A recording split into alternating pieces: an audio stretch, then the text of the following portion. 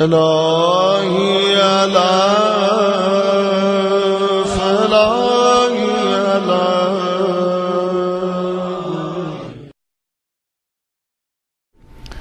أعوذ بالله من الشيطان اللعين الرجيم. بسم الله الرحمن الرحيم. الحمد والثناء لله رب العالمين بارئ الخلائق أجمعين، ثم الصلاة والسلام على سيدنا ونبينا وحبيب قلوبنا أبي القاسم المصطفى محمد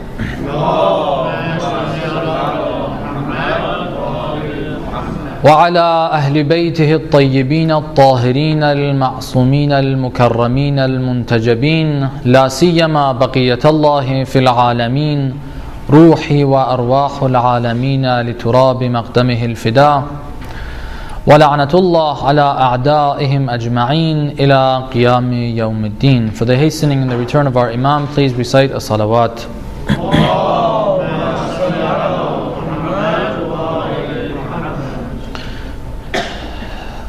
We introduced the topic yesterday that Allah subhanahu wa ta'ala tells us in the Holy Quran, one of the very important methods, one of the very important factors in the ability to avoid sin, which has been our theme this Ramadan, which is taken from the purpose, the philosophy, the reasoning for why the fasting in this month is wajib in the first place. In order to avoid sin, there are certain things, certain elements, certain factors that we need to keep in mind. Without these, we're not going to be able to avoid and abstain from sin. One of them, which we had yesterday when we started discussing, is that Allah subhanahu wa ta'ala tells us you have to take from the halal that He has provided, that He has created, from the tayyib, from the blessings, the ni'amat, the creation that He has brought into being in this material world, that He has made in a way that it's beneficial to us. We've been created with a body and a soul, and the other creations that Allah subhanahu wa ta'ala has made in this world are all to benefit the human being one way or the other. Some of them by using them, for example, for eating, some of them for drinking, some of them for other purposes, to benefit the human being directly. And sometimes that direct benefit, for example, eating is not there. Like a pig, we cannot eat that because eating that does not have the benefit. The benefit of a pig is not for us to eat. It benefits humanity in a different way. From the tayyibat, we are supposed to take and use and benefit and fulfill our needs. The obstacle, what causes us not to take from the halal, Allah subhanahu wa ta'ala said, is shaitan. Shaitan tells us and sometimes justifies it in a very, very religious and spiritual way at times. He makes it seem like we're taking steps towards Allah subhanahu wa ta'ala. We have an example of that, many examples of course. I saw one hadith that you might not have heard in regards to this. Because one of those halal and tayyib blessings that Allah subhanahu wa ta'ala has provided is interacting and being with one individual of the opposite gender, your spouse, your wife or your husband. A person, a female, came to the Imam, a sister, and said that I want to remain unmarried. I don't want to get married. The Imam said, what for? She said, well, I want to seek nearness to Allah subhanahu wa ta'ala. I want to avoid marriage. I don't want to get married to get closer to Allah subhanahu wa ta'ala. The Imam said, look, if that would be a way to get closer to Allah subhanahu wa ta'ala, the lady Fatimah Zahra salamullah alayha would have been the first to do that. That is not a way to get closer to Allah subhanahu wa ta'ala. But shaitan comes into us and makes us think that way. He makes us avoid certain halal things. For what purpose? For what reason? The explanation that He gives us, the whisper in our ears, sounds religious even sometimes. But the purpose behind it, the main objective, is to be able to get us away from Allah subhanahu wa ta'ala. There's a lot of examples that I can mention, but right now we'll just continue. Maybe tomorrow we'll get some time to talk about some other examples that are very, very crucial. But we said, one of those halal items that we have on the list that we avoid and it causes us to commit sin is marriage. Allah subhanahu wa ta'ala has mentioned in the Holy Quran, we have plenty of ahadith. Men and women have been created such that they have this drive towards one another. Allah subhanahu wa ta'ala has put it there, not us. And it's not a sinful thing in and of itself. If it's abused, if it's used in the wrong way, it's going to be bad. But that itself, there's nothing wrong with it. There's a hadith that says Allah subhanahu wa ta'ala, when He created Adam, ala nabiyina wa alihi wa alayhi salam, He created Adam, obviously we have from the earth. Allah subhanahu wa ta'ala has created Adam directly from the earth, it says. Now, in those days they used the word earth. It might be, I'm not making this a definite statement, research needs to be done, but it might be that it's referring to the minerals that the human body is made up of. But on the other hand, it may have been that a shape of a body was made and a soul was breathed into it. The same way that Prophet Jesus ala nabiyina wa alihi wa alayhi salam used to use clay and make them in the shape of a bird and then breathe in them, they would become actual birds and would start flying. So we don't know how it happened, but it could be a reference to minerals. On a side note, some people ask about the theory of evolution in Islam. What does Islam say about the theory of evolution? I don't want to get into that, it's a side topic, but if you're curious, Allah subhanahu wa ta'ala, in regards to human beings being born from apes, that part of the theory, because there's a lot of other dimensions to the theory, but that bit of it at least. Well, Allah subhanahu wa ta'ala has told us in the Holy Quran, ahadith, plenty of them, that Adam was not born from any parents. Doesn't say that he wasn't born from human parents. He was not born from any parents. He was created directly from clay.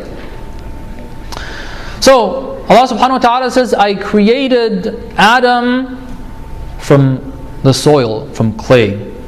And Eve, Hawa, our mother, may Allah bless her soul, was created from Adam. We have a number of ahadith. What exactly that means, there's different explanations, but the important thing, it says when she was created, she was brought in the presence of Adam. In this particular hadith, Adam asks Allah subhanahu wa ta'ala, what is this creation that you have brought before me that I feel very comfortable with, I enjoy being with? And Allah subhanahu wa ta'ala says, I have created her, this is Hawa, my servant, my female servant, just like Adam and all of the males are ibad, they are male servants. It was said that she is an amah, a female slave of mine, and she's here, you are supposed to get married. In other words, that drive, Allah subhanahu wa ta'ala created that, put that there in the creation of Eve. And obviously in that hadith itself, it talks about how Adam, from the moment that she was brought into his presence, he had this attraction towards her. Allah subhanahu wa ta'ala has put that in us. It's supposed to be used in the right way. Allah subhanahu wa ta'ala has explained that is there for you all to form families, to get married. From the point in time where the attraction is there, the drive is there, we have got to get married. Now, a concept that we mentioned yesterday about early marriage, that we promised to continue on that thought, inshallah we will and we are, was this. We have a number of ahadith. For the sisters, it says, it is a blessing for a father, for a man who's got daughters.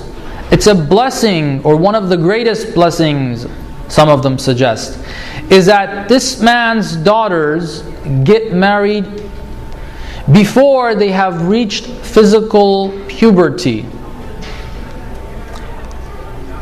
The hadith are very clear on that. We mentioned the hadith from the Holy Prophet sallallahu alaihi wasallam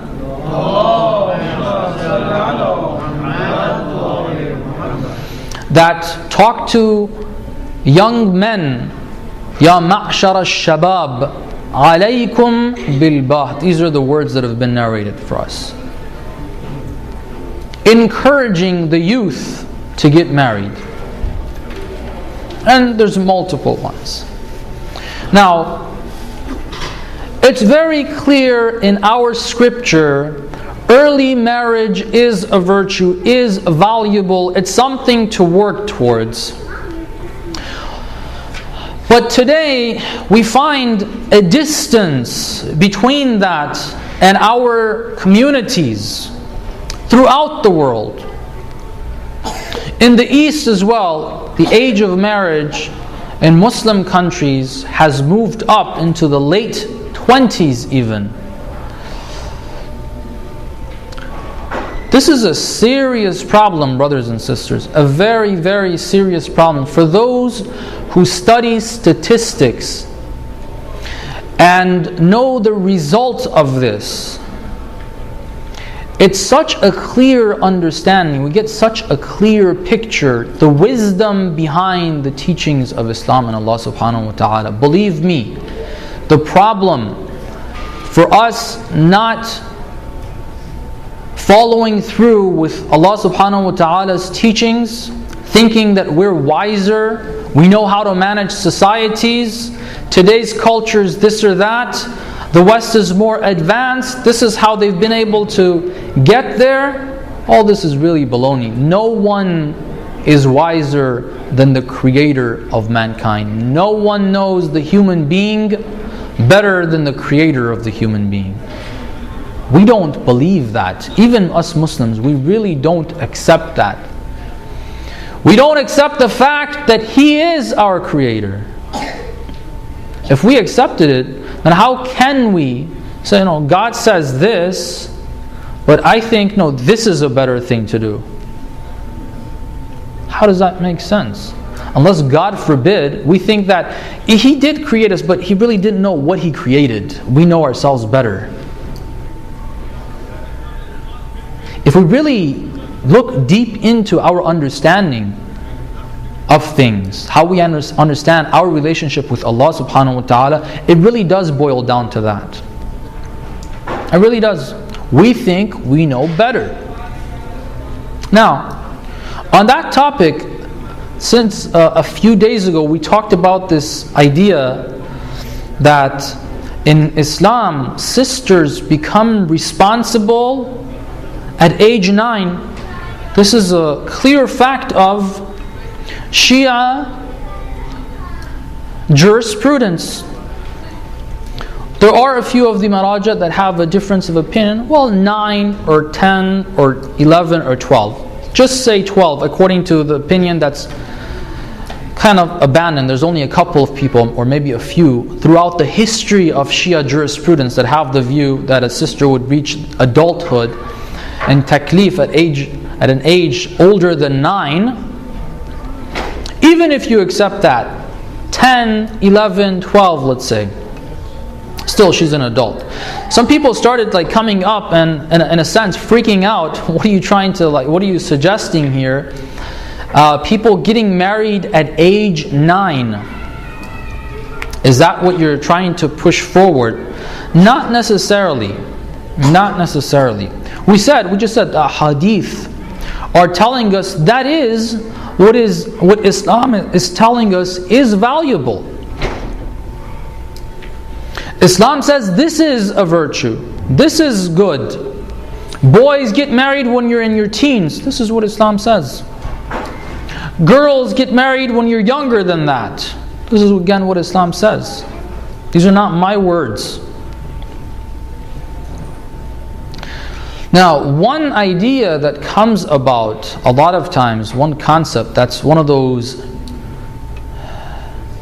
shaitanic twists to things that he confuses people with, is the idea,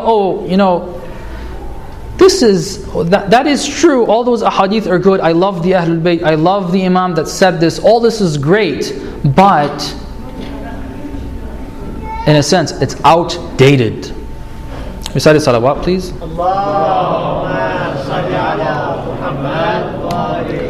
It's not for this day and age. Back in Arabia, that's what the culture was. And Islam has kind of said it in that context. It doesn't apply to this day and age. Girls getting married at age 9? Or even 10 or 11 or 12? Does not make sense. They can't support a family. They can't play the role of a wife. They can't be a mother. You know, the lady Fatima Zahra Salamullah alayha got married when she was around that age. You know that. She had 4 children, 2 of them ma'soom, and 2 of them that were not ma'soom, but they were practically ma'soom. They didn't commit sins. The lady Zainab Salamullah alayha and Kulthum. She did all that in 9 years. You know, when she passed away, according to some at least, that she passed away when she became shaheed when she was 18. She got married when she was 9. You say, oh, that's great, I love her as well. But that's back then. This day and age, this is not acceptable. This is not good. This is generally, as I said, generally speaking, this is a concept that is introduced in regards to many of our teachings. And it's one of those thoughts, one of those shaitanic thoughts that has been introduced, that as Allah subhanahu wa ta'ala says in the Holy Quran about some of the things that the mushrikeen said about Allah subhanahu wa ta'ala. التَّكَادُ السَّمَاوَاتُ يَتَفَطَّرْنَ. Some of these words carry so much negative weight. Allah subhanahu wa ta'ala says that it's almost that the heavens want to tremble down, how terrible those words are. People say the same thing in regards to traveling. In regards to a lot of things, but one example that's been brought up a few times in my stay over here, traveling. They say, traveling 8 farsakh, about around 28 miles. Your prayer becomes qasr. First of all, go read where exactly you start counting the 28 miles, alright? But regardless, where you start, the end of the city, let's just say, for a normal city, is where you start calculating 28 miles. How long does that take for you to travel 28 miles today with a car? Even if you go the speed limit, most of us don't. Even if you go the speed limit, how long is that going to take? If you go 60, 28 miles is going to be 28 minutes. It's nothing. And that's supposed to be round trip. In other words, if you go and come back in 28 minutes, 30 minutes, you went somewhere and you came back. While you're there, you've got to pray qasr. Say, well, this is back in those times. They used to travel with camels. It took a very long time. This can be said regarding all of the laws. This is a shaitanic ideology, brothers and sisters. Allah subhanahu wa ta'ala says in the Holy Quran, I sent this Quran to you, O Prophet, to guide the people that are around you and man balagh, whoever else receives this message. This message is an eternal message until the day of judgment, The entirety of this message is supposed to be there. حلال محمد حلال إلى يوم القيامة وحرامه حرام إلى يوم القيامة. It's a clear-cut principle, brothers and sisters. Anything that's made halal or haram, it's not within that context unless it is specifically said, this is in this context. The Holy Prophet could have said, look, if your travel takes a day long, then you can pray qasr. You should pray qasr. He didn't. He said, no, the distance, 8 farsakh. Even if you can travel more, they have stated this, the Ahlul Bayt have stated this. Even at that time, people could have traveled more in a day. But the Ahlul Bayt said, no, 8 farsakh, that's the criterion. That's not just for that time, that's for all times. When something is considered a value, a virtue in Islam, it's there for all times. If society changes, that doesn't mean the rule changes. You don't change the rule to fit society. You change your society to fit Islamic principles. Not the other way around. We can go on with this. Inheritance. They say, oh, Islam liberated women. At that time, they were being treated as property, and the women were inherited. That's a disgrace in that society, but it did happen. Women were inherited, not just slaves, because slave, whether they're male or female, they're property. That's a different topic. But no, wives were inherited. Mothers were inherited. Islam did them a favor. They're no longer considered property, and they receive half the inheritance of a male. This is for back then. Today, we're moving towards equality. This is more just. This is no longer just. If you want to be just, you've got to go towards and move towards equality. Some people try to make Islam fit the Human Rights Charter of the United Nations. Who gave legitimacy to that? Where'd that come from? Who said these are human rights?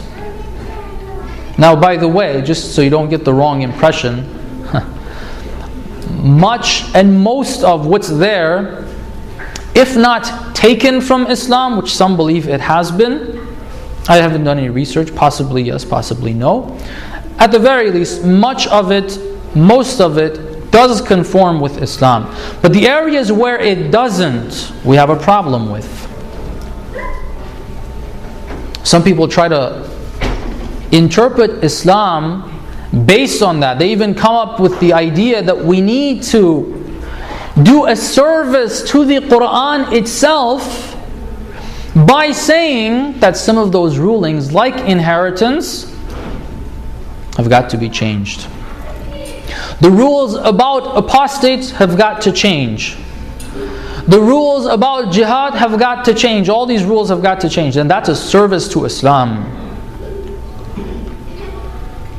We have completely misunderstood it. This is يُؤْمِنُ بِبَعْض وَيَكْفُرُ بِبَعْض أُولَٰئِكَ هُمُ الْكَافِرُونَ حَقًّا. You want to accept some and reject some? That means you're not trusting Allah subhanahu wa ta'ala. He has said this is for all times. You're saying it's not? This is kufr. This is rejection. Rejecting what Allah subhanahu wa ta'ala has taught us. A value that Islam introduces and says this is an absolute value, doesn't say in Arabia, it doesn't say at this time, it doesn't say if circumstances change. No. Those are values that are going to be universal values in terms of location, no matter where you're at in the world, and in terms of time. Now, are we saying that we should now start doing this? Start getting our daughters married at 9. Start getting our boys married when they're 15 years old, 14 years old, 12 years old even. Are we saying that? Well, not necessarily. We have something, our jurisprudence in Islam, the true Islamic jurisprudence, Shia jurisprudence, is such a perfect system. And this is why it has the dynamics that allows it to be universal, time-wise as well as location-wise. It can be practiced globally and throughout time until the day of judgment, because it has the dynamics for that. We have a concept called tazahum. What is tazahum? I'll explain it in a simple example. We have two rulings in Islam. One ruling is, one of the sins that we have in Islam is us violating other people's rights in regards to their property. Trespassing, for example. Trespassing is haram. It's a sin. It's not only governments that punish that. Allah subhanahu wa ta'ala will punish us if we trespass. The person that this land belongs to has got to be okay with me walking over it, entering that house. If he doesn't allow that, then it's haram. This is one ruling. We have another ruling, and that's always supposed to be respected, right? We have another ruling. The other ruling is, if you see someone drowning, what are you supposed to do? You're supposed to save them. We have the responsibility. It's wajib. You go and save their lives. Well, sometimes these two conflict. What do we do there?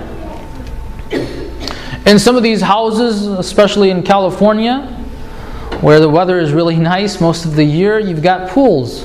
Okay, it's somebody's property, and the guys in the pool, they got a cramp and they're about to drown, and you're standing outside and thinking, okay, and it's not the owner of the house for you to say, oh, he's giving permission. No, somebody else is drowning. The guy who this house belongs to, I don't have permission from them.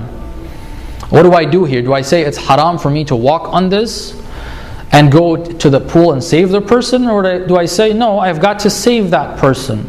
This is called the concept of tazahum. We have two rulings. You look at what's more important and you give preference to that over the one that's less important. And if you don't do that, you've committed a sin. It's actually wajib to trespass over there. But you can only do that when there's actually tazahum, when there is a conflict between these two. You can't just pick and choose. When it comes to this idea of early marriage, we're saying early marriage is Islamically a virtue. It's something that we need to work towards.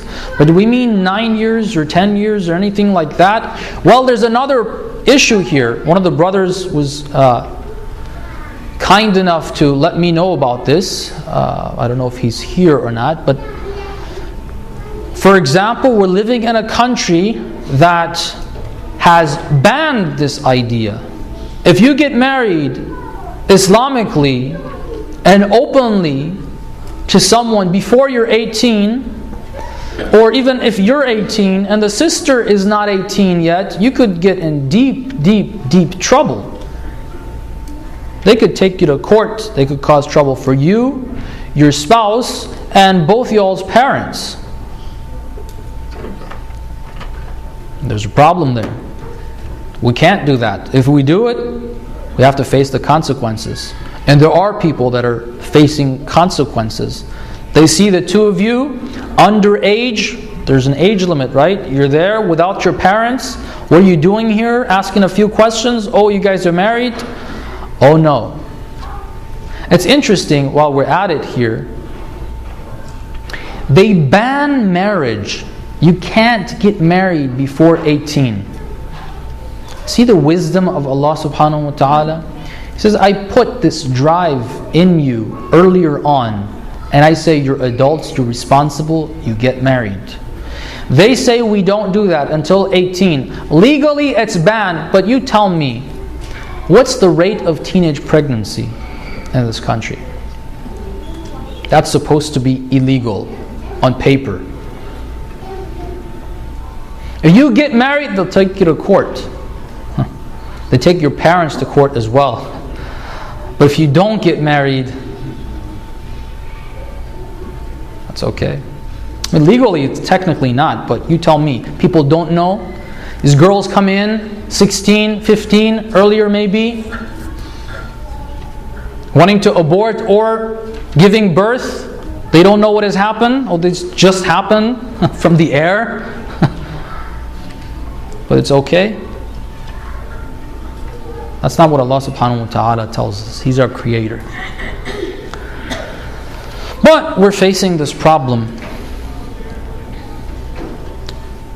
Alright, if we have a legitimate reason, then we've got to balance that out. One example, this was an example in this country that we're living in that creates a problem. We cannot do that if we're in this country. Now if somebody goes out of this country and gets married earlier, which according to the law of that country is allowed, that may be something. I don't know. You got to look at the details of the law.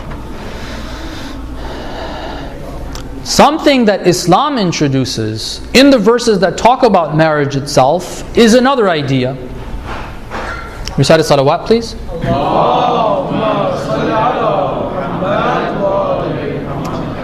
Allah subhanahu wa ta'ala in the Holy Quran says, if you can't support a family, and we'll talk about this in detail. Well, right now I'll just leave it ambiguous like that. Whatever understanding you have, I'll just leave it, because there's a lot of misunderstandings about what this means. If you can't support a family, then alright, it's justified if you don't get married, and have iffah, avoid sin. It's difficult, I'm not forcing you, but if you don't have the ability to support a family, alright, then alright, it's justified if you don't get married. But you should still avoid sin. Supporting a family is necessary. Part of marriage is that responsibility. You're supposed to get married early. If you're single, أَنْكِحُوا الْأَيَامَ مِنْكُمْ. Whoever is single, get married. Male, female, everybody. You shouldn't remain single, get married. But if you have this problem that you can't support a family, then alright, it's justified if you don't get married. My point is to emphasize that the virtue is there, it doesn't change, but an obstacle, an external obstacle comes in the way and doesn't allow us. But we shouldn't forget, we shouldn't think that this is bad, God forbid. We shouldn't take this out of our mind that early marriage is good. Like most of us have. Most of us don't consider this a virtue and a good thing at all any longer. I'm saying, no, that's not Islamic. According to Islam, we are supposed to consider it good. And we are supposed to move towards it unless there's obstacles. One obstacle, as I said, in this country is a big problem. Under 18, you want to get married, there's issues. Recite salawat. So now that this is a virtue, we have to look for a legitimate obstacle in the way to say that, alright, there's a reason, there is wisdom behind saying, these people, this couple, my son, my daughter, if you don't get married, that's the wiser decision right now. But not that we just say, okay, in this day and age, 25, you can't get married until you finish medical school. How old is the person going to be when they're done? And God knows how many sins you have sentenced them to commit by that. Look, let's be honest here. Allah subhanahu wa ta'ala knows us, but we know ourselves as well. What's going to happen if people don't get married? Is there any other avenue except for sin? You're telling me a person for 10 years, the strongest desire that even older people, remember the Sayyid that I mentioned the other day that was giving those classes about marriage, he was saying, this country is so bad. I, as an old man, all his hair was white. He said, I come into this country and I start shaking up when I see certain things. And you don't expect the youth to see all of this and be walking straight? Some of us need to remember what it was like to be youth. We're sentencing them to sin. We have to have a legitimate reason to say, okay, I understand, God has said this is good, I accept that as a virtue, as a value. However, there's an obstacle, there's a reason why it's not wise in this particular case. If we don't have reasonable excuses for this, then we're going to have to answer to Allah subhanahu wa ta'ala. We will have to answer to Allah subhanahu wa ta'ala why we have caused our children to commit sins for this many years. Some of the excuses that are mentioned, and let's see if they are legitimate or not. One thing that a lot of parents introduce as an idea, as an excuse, as a reason, they say, well, in order to live, you need to have education. And marriage is an obstacle for education. I know if you get married, you're not going to be able to study, and therefore I don't want that in the way. I want you to focus on marriage. Sorry, on studies, on education. Recite his salawat, please. I wish they would say focus on marriage. They say focus on your education. Is this a legitimate explanation? First of all, brothers and sisters, except for people that don't have a strong drive, which I haven't come across anyone, by the way. This drive is a very, very, very strong drive, okay? Don't think that you're allowing your child, your son or daughter, to focus more on their education. Because it's going to take a lot of time and a lot of stress from their studying, from their thinking, just being in a classroom with girls or with boys dressed the way they are and the interactions that they have. In university, in high school, it starts at high school, but even in university it becomes much worse. It doesn't allow them to study properly anyway. But let's look at that. I don't know how many examples I can bring for you. If a person wants to study, marriage, believe me, is not an obstacle. Definitely not an obstacle. You can actually get to studying, get your education during the same amount of time that you would have if you weren't married. It is possible if we really want to do it. If we are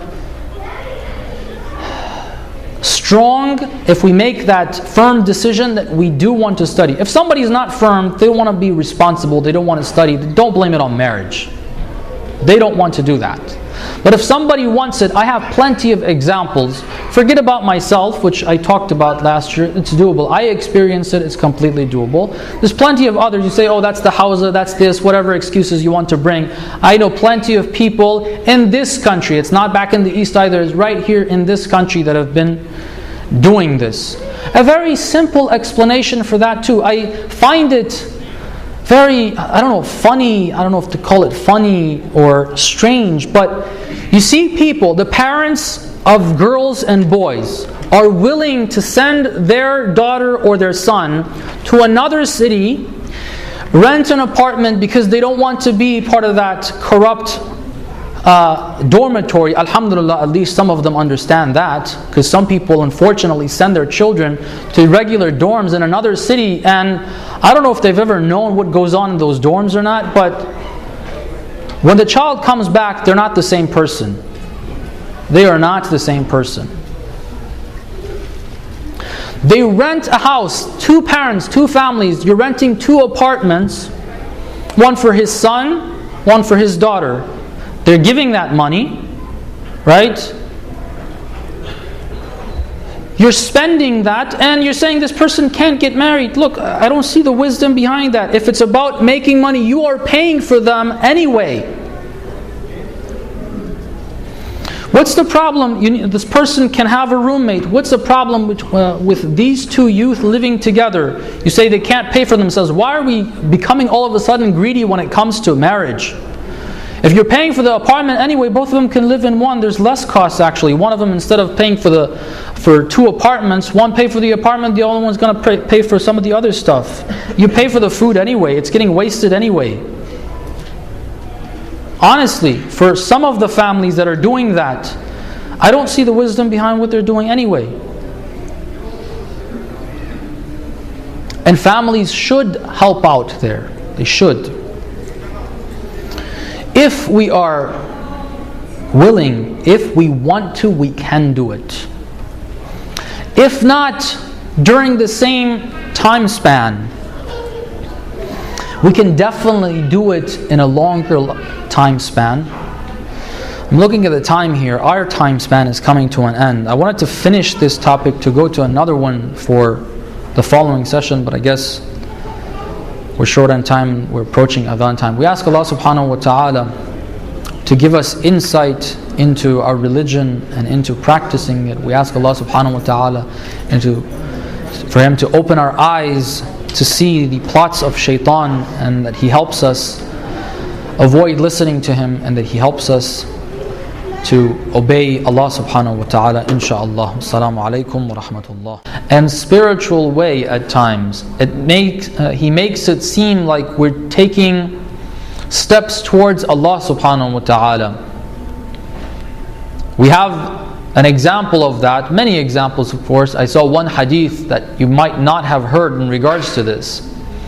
Because one of those halal and tayyib blessings that Allah subhanahu wa ta'ala has provided is interacting and being with one individual of the opposite gender, your spouse, your wife or your husband. A person, a female, came to the Imam, a sister, and said that I want to remain unmarried. I don't want to get married. The Imam said, what for? She said, well, I want to seek nearness to Allah subhanahu wa ta'ala. I want to avoid marriage. I don't want to get married to get closer to Allah subhanahu wa ta'ala. The Imam said, look, if that would be a way to get closer to Allah subhanahu wa ta'ala, the lady Fatimah Zahra salamullah alayha would have been the first to do that. That is not a way to get closer to Allah subhanahu wa ta'ala. But shaitan comes in.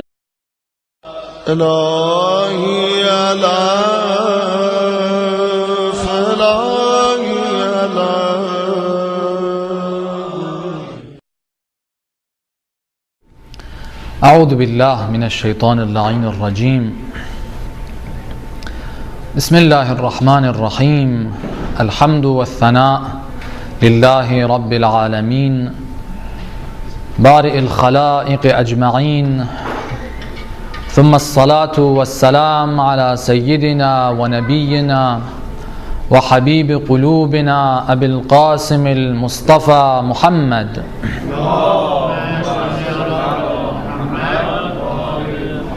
وعلى أهل بيته الطيبين الطاهرين المعصومين المكرمين المنتجبين لا سيما بقية الله في العالمين روحي وأرواح العالمين لتراب مقدمه الفداء ولعنة الله على أعدائهم أجمعين إلى قيام يوم الدين. For the hastening and the return of our Imam, please recite a salawat.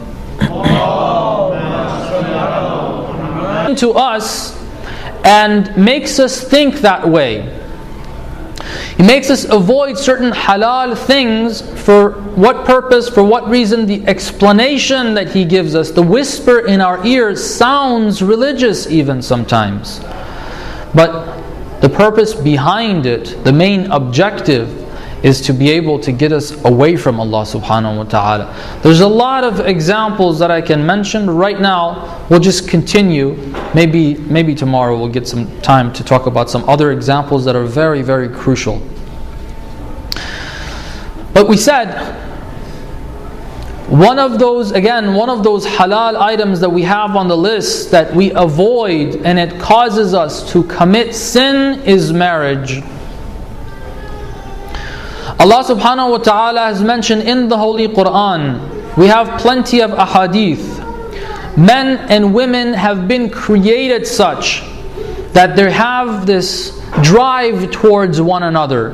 Allah subhanahu wa ta'ala has put it there, not us. And it's not a sinful thing in and of itself if it's abused, if it's used. We introduced the topic yesterday that Allah subhanahu wa ta'ala tells us in the Holy Quran, one of the very important methods, one of the very important factors in the ability to avoid sin, which has been our theme this Ramadan, which is taken from the purpose, the philosophy, the reasoning for why the fasting in this month is wajib in the first place. In order to avoid sin, there are certain things, certain elements, certain factors that we need to keep in mind. Without these, we're not going to be able to avoid and abstain from sin. One of them, which we had yesterday when we started discussing, is that Allah subhanahu wa ta'ala tells us you have to take from the halal that He has provided, that He has created, from the tayyib, from the blessings, the ni'amat, the creation that He has brought into being in this material world, that He has made in a way that it's beneficial to us. We've been created with a body and a soul, and the other creations that Allah subhanahu wa ta'ala has made in this world are all to benefit the human being one way or the other. Some of them by using them, for example, for eating, some of them for drinking, some of them for other purposes, to benefit the human being directly. And sometimes that direct benefit, for example, eating is not there. Like a pig, we cannot eat that because eating that does not have the benefit. The benefit of a pig is not for us to eat. It benefits humanity in a different way. From the tayyibat, we are supposed to take and use and benefit and fulfill our needs.